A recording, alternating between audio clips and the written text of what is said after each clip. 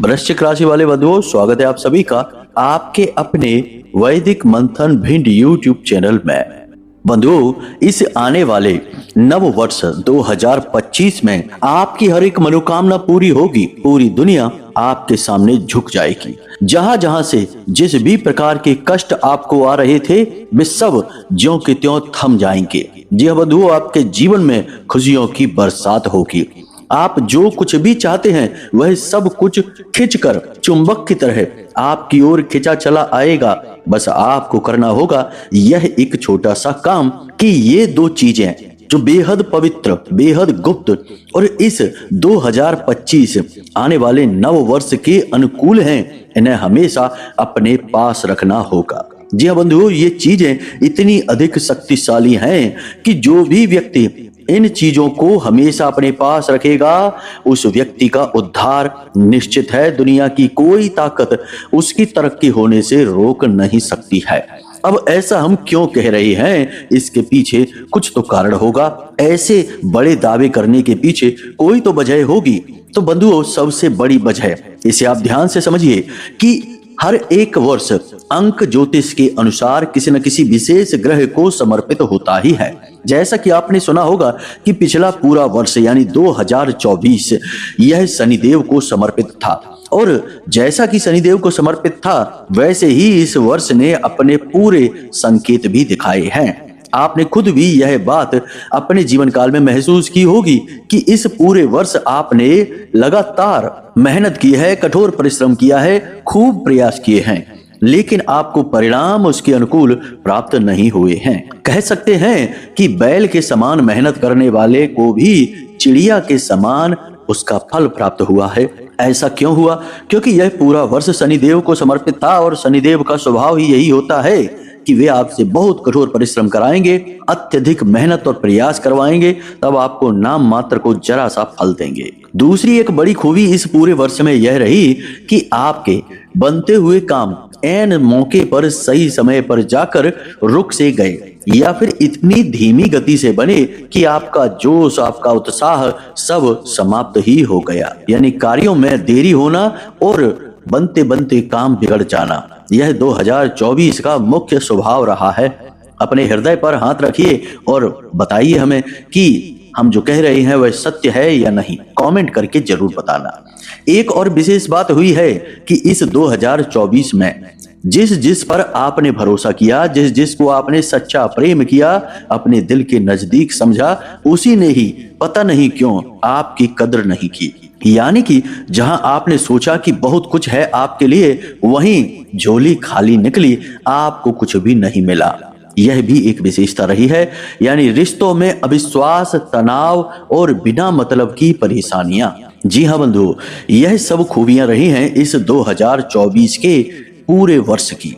अब थोड़ा बहुत परिस्थितियां आगे पीछे हो सकती हैं, क्योंकि एक ही राशि के कई जातक होते हैं और अलग अलग संस्कारों से और कर्म के बंधनों से बंधे रहते हैं लोग। तो हो सकता है थोड़ी बहुत परिस्थितियां इधर उधर हो, परंतु जो हम कह रहे हैं वह लगभग हर एक के जीवन में कहीं ना कहीं इस प्रकार की स्थितियां देखी गई हैं। तो अब जब आपने 2024 का पूरा परिचय प्राप्त कर लिया, पूरा इसे जी भी लिया, अब नया वर्ष आ रहा है। नया वर्ष एक नई ऊर्जा, एक नई जोश और उमंग के साथ है बंधुओं।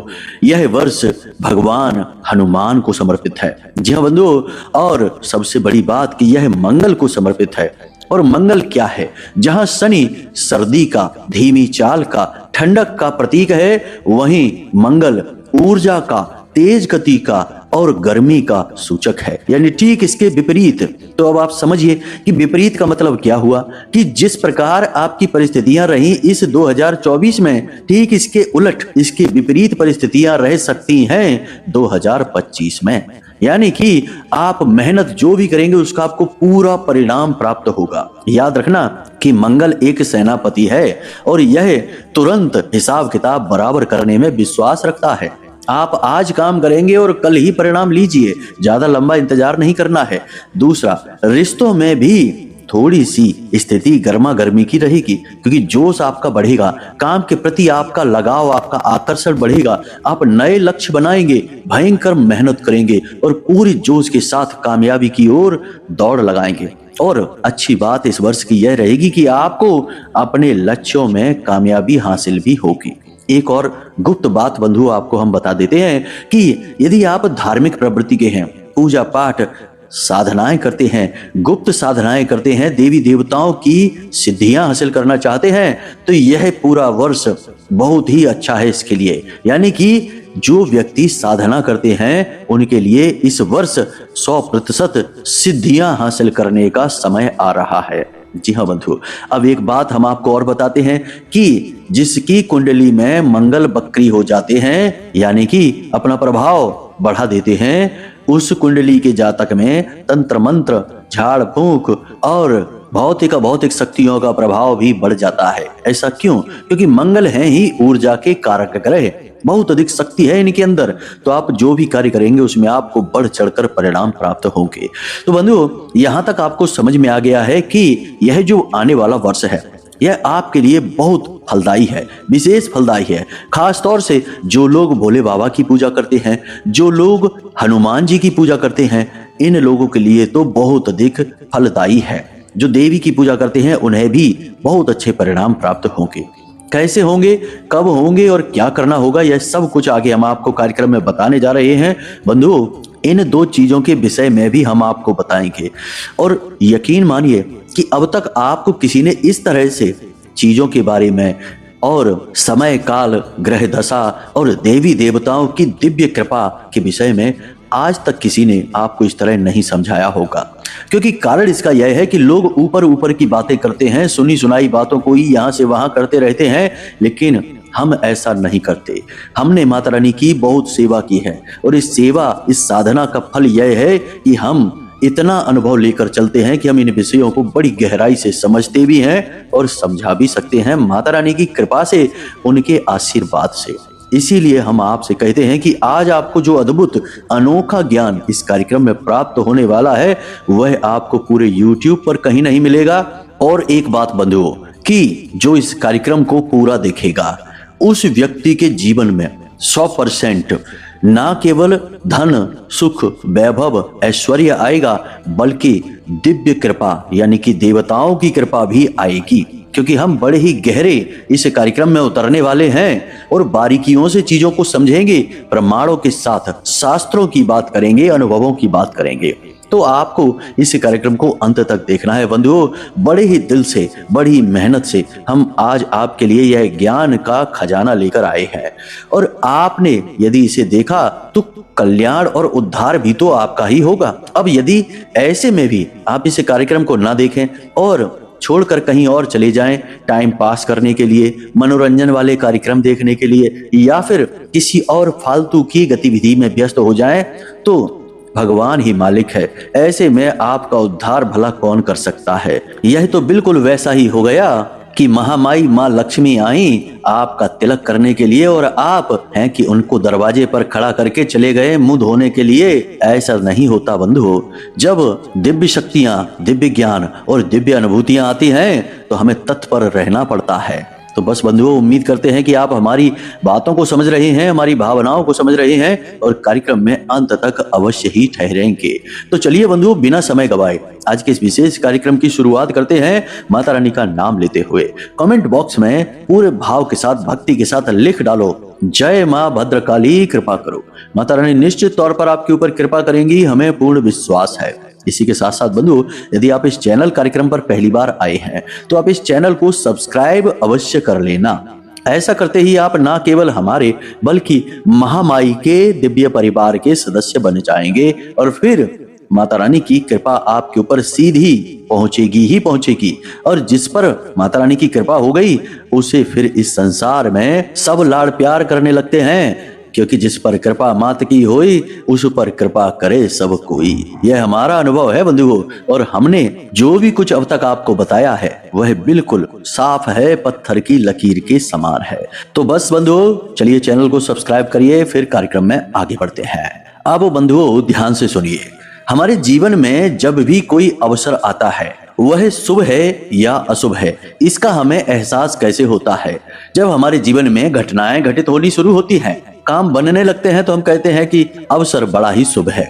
और जब काम नहीं बनते तो हम कहते हैं कि अवसर अशुभ है। लेकिन बंधुओं, बात केवल इतनी सी नहीं है। हम इतने अपाहिज और लाचार नहीं है कि हम बस समय के सहारे ही अपने जीवन को बिताते रहें, कभी हंसते रहें, कभी रोते रहें। नहीं, ऐसा नहीं है। हमारे हाथों में भी भगवान ने बहुत सारी शक्तियां दे रखी हैं, और वे शक्तियां क्या हैं? जब हम इनको जान जाते हैं तो हम अपने समय में मूलभूत बदलाव भी कर सकते हैं। जी हाँ बंधु, बुरे से बुरे समय को भी हम अच्छी तरह से निकाल सकते हैं। हाँ, हो सकता है कि धन वैभव ऐश्वर्य ना मिले, परंतु आपकी हानि तो नहीं होगी, इस बात की गारंटी है। तो अब यह कैसे होता है, इसे आप ध्यान से समझिए। बंधुओं, एक बात आपको माननी होगी और हमें विश्वास है कि आप इस पर बिल्कुल बराबर से सही राजी होंगे कि हम इस संसार में जो कुछ भी देख रहे हैं, यानी कि भौतिक चीजें, और जो कुछ भी हम समझ रहे हैं, यानी कि अभौतिक चीजें, उन सब से ऊपर भी कोई ना कोई एक ना एक ऐसी शक्ति अवश्य है जिस शक्ति से यह सारा ब्रह्मांड, चराचर ब्रह्मांड, विश्व और अनंत कोटि ऐसे ब्रह्मांड चल रहे हैं। जी हाँ बंधु, जो कि उसी में समाहित है, वह शक्ति अवश्य है। उसे हम अलग अलग रूपों में जानते हैं और पूछते हैं। कोई उसे भगवान कहता है, कोई अल्लाह कहता है, कोई वाहे गुरु और कोई जीसस कह देता है। जी हाँ बंधु, अपने अपने अनुभव हैं, और हमारे यहाँ भी कोई राम कह देता है, कोई कृष्ण कहता है, और कोई भोले बाबा, और कोई माता रानी कह देते हैं, हमारी माँ कह देते हैं।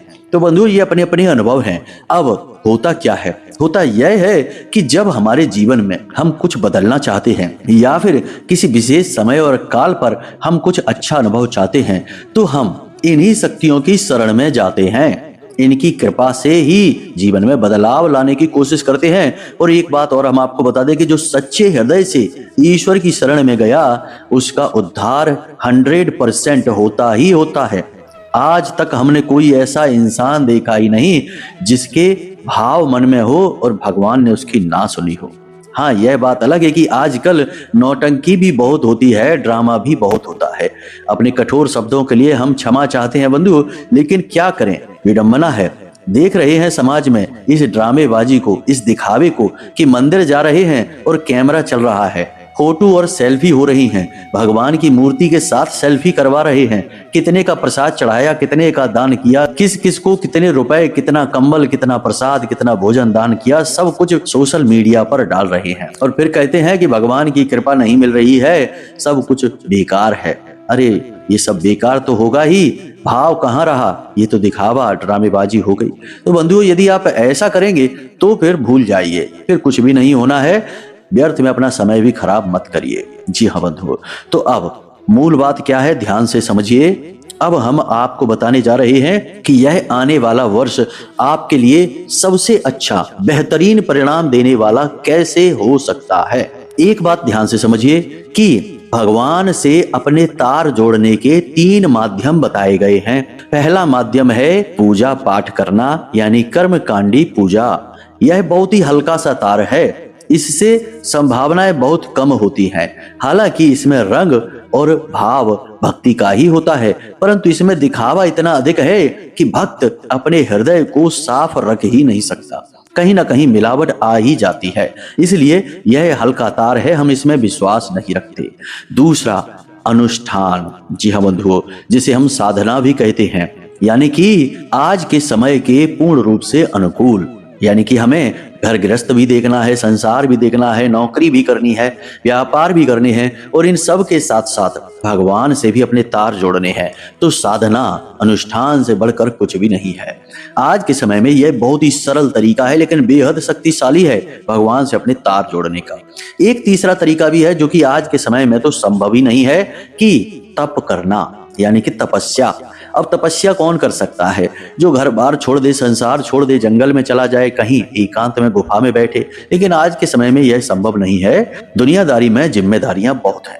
तो बीच वाला रास्ता, यानी कि साधना। तो आपको क्या करना है, ध्यान से समझिए। जिस भी देवी देवता की आप पूजा करते हैं, एक बात याद रखना कि देवी देवता अलग अलग आपको दिख सकते हैं। हो सकता है कि आपको लगता भी हो कि हमारे भोले बाबा ज्यादा ताकतवर हैं, हनुमान जी में इतनी शक्ति नहीं, राम जी अलग हैं, देवी माँ अलग हैं, दुर्गे माँ अलग हैं, बगलामुखी माई अलग हैं। लेकिन ऐसा कुछ भी नहीं है, सब एक हैं। इसे आप अपने दिमाग में बैठा लेना पहले। दूसरा, कि आप जिस भी भगवान की पूजा करते हैं, आपको भगवान के दर्शन उसी रूप में होंगे। भगवान श्री कृष्ण ने गीता में क्या कहा कि हे पार्थ, जो भी भक्त भगवान के जिस भी रूप को मानकर पूजा करता है, मैं उसके सामने उसी रूप में प्रकट हो जाता हूं। तो आप समझिए कि यह भाव क्या है। ईश्वर एक ही है, लेकिन जो भी रूप आप चाहेंगे उसी रूप में प्रकट हो जाएंगे। तो बस अब आप जिस भी भगवान के रूप को पसंद करते हैं, जिनकी पूजा करते हैं, जिनके लिए मन में भाव रखते हैं, उसी भगवान के रूप की आपको साधना करनी है। कैसे होगी यह साधना, जरा इसे ध्यान से समझिए। याद रखना कि साधना कोई हल्का कार्य नहीं है। यहाँ पर हम क्या कह रहे हैं, साधना यानी कि वजन है कोई जिसे उठाना है। जब किसी के सिर पर वजन रखा जाता है तो हम कहते हैं साध लेना, तो यही है साधना। तो ईश्वर की साधना करना यानी कि यह वजन उठाने जैसा होता है, लेकिन यह साधना ही एकमात्र साधन है इस कलयुग में ईश्वर से जुड़ने का। इसे भी याद रखना। साधना करते करते इस साधन का सही प्रयोग करना साधक सीख जाता है। तो क्या करना है, ध्यान से समझना है। मानकर चलिए कि आप भोले बाबा की पूजा करते हैं, तो आपको संकल्प लेना है। आज आप इस कार्यक्रम को सुन रहे हैं, किसी भी सोमवार के दिन से भोले बाबा के सामने संकल्प लेना है और प्रतिदिन 11 माला पंचाक्षरी मंत्र का अनुष्ठान शुरू कर देना है और प्रतिदिन 11 माला का दशांश हवन भी करते रहना है। याद रखना कि साधना पूर्ण तभी होती है जब हवन किया जाता है, वरना साधना अपूर्ण रह जाती है।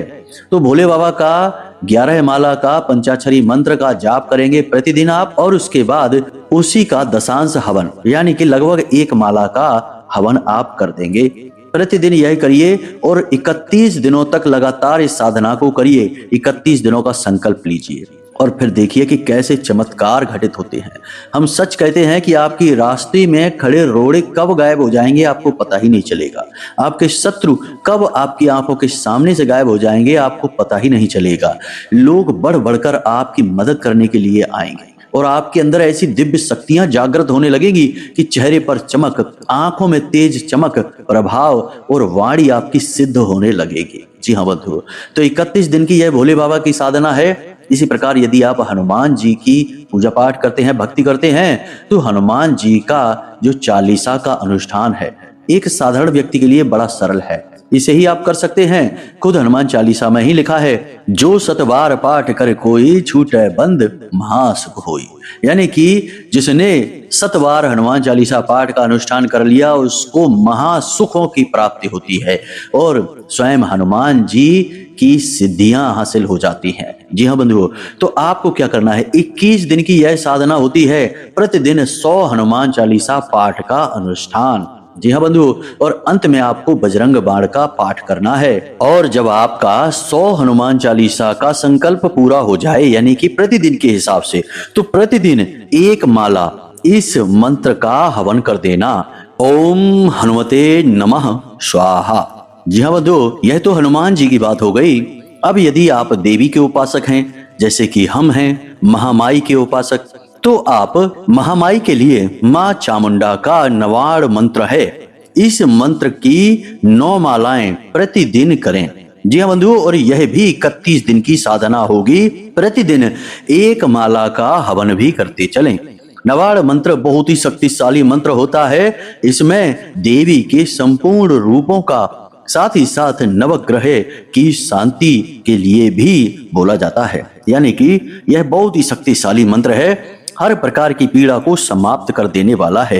परंतु एक बात याद रखना कि चाहे किसी भी मंत्र की या किसी भी प्रकार की आप साधना करें, जितने भी दिन की करें, 31 दिन की करें या 41 दिन की या 21 दिन की, साधना के कुछ कठोर नियम होते हैं, इनका पालन करना होगा। सबसे पहला नियम है कि ब्रह्मचर्य का पालन करना होगा। पूर्ण ब्रह्मचर्य का, मन में उल्टे पुल्टे ख्याल भी नहीं आने चाहिए और कोई भी व्यसन नहीं, जुआ, शराब, वेश्यावृत्ति, नकारात्मक लोगों के साथ उठना बैठना, किसी भी प्रकार का नशा नहीं। यानी कि लोग जैसे धूम्रपान करते हैं, तंबाकू, खैनी वगैरह खाते हैं, यह भी नहीं। जी हाँ बंधुओं, साथ ही साथ आपको जमीन पर भी सोना पड़ेगा। आप बिस्तर पर नहीं सो सकते हैं, जमीन पर सोना होगा और दिन में नहीं सो सकते, केवल रात में ही सोना है। बंधुओं, मार्ग थोड़ा कठिन अवश्य है, परंतु यदि आपने यह मार्ग पूरा कर लिया, यानी कि यह साधना शुरुआत के महीने में ही यानी जनवरी के महीने में ही कर डाली, या आज जब आप इस कार्यक्रम को सुन रहे हैं तो उचित समय देखकर आप किसी भी दिन कर सकते हैं। जैसे देवी के किसी भी स्वरूप की साधना आप शनिवार के दिन कर सकते हैं, भोले बाबा की सोमवार के दिन, हनुमान जी की मंगलवार के दिन।